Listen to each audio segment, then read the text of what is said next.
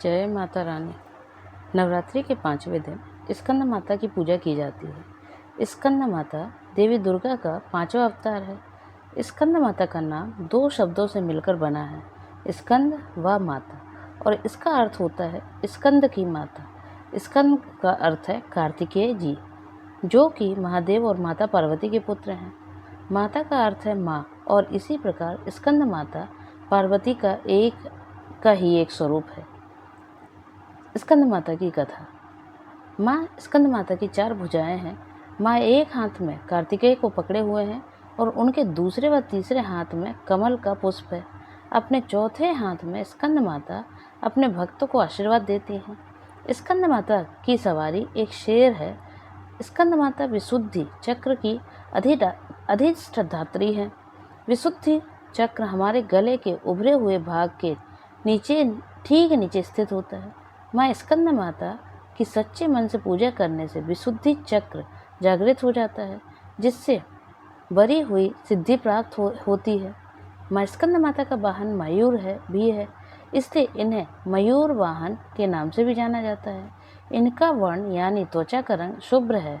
माता हमेशा कमल पर विराजित रहती हैं और इसलिए यह पद्मासना देवी के रूप में भी जानी जाती हैं।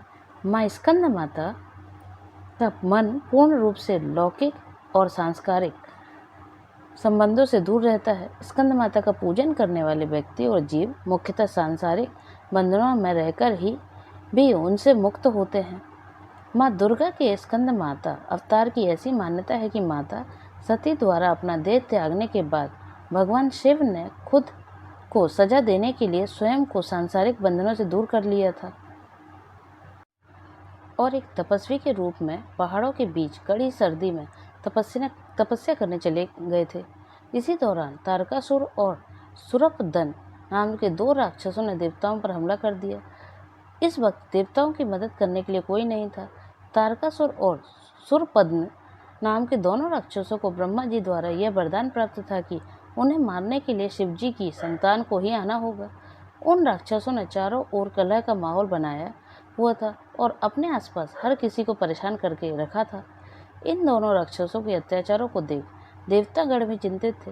तब सभी देवतागण भगवान विष्णु के पास गए और उन्होंने अपना दुख सुनाया, परंतु विष्णु जी ने उनकी कोई मदद नहीं की। विष्णु जी से मदद न मिलने पर देवताओं ने नारद जी के पास जाने का सोचा।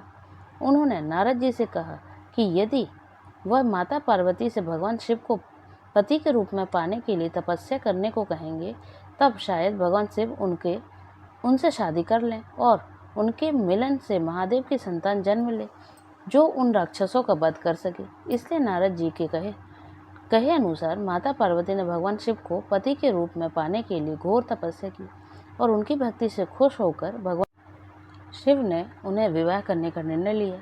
विवाह के पश्चात माता पार्वती और भगवान शिव की ऊर्जा से एक बीज का जन्म हुआ।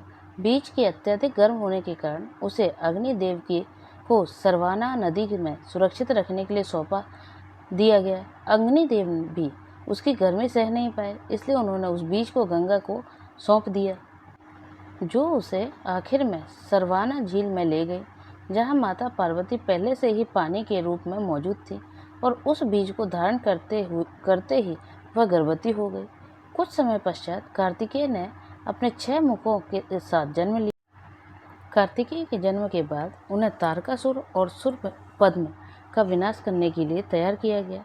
सभी देवताओं ने मिलकर उन्हें अलग अलग तरीके का ज्ञान दिया और राक्षसों से लड़ने के लिए उन्हें महत्वपूर्ण शस्त्र भी दिए। आखिर में कार्तिकेय ने सभी राक्षसों का वध कर दिया। इसी कारण माँ दुर्गा को स्कंद माता यानी कार्तिकेय की माता के रूप में जाना जाता है। स्कंद माता के मंदिर पूरे भारतवर्ष में कई जगह स्थापित हैं, लेकिन उनमें से एक बहुत प्रचलित उत्तर प्रदेश के वाराणसी में स्थित है। देवी दुर्गा के 5वें स्वरूप में स्कंद माता की पूजा की जाती है। उन्हें अत्यंत दयालु माना जाता है। कहते हैं कि देवी दुर्गा का यह स्वरूप मातृत्व को परिभाषित करता है। स्कंद माता कमल के आसन पर भी विराजमान होती हैं, इसलिए उन्हें पद्मासना देवी भी कहा जाता है।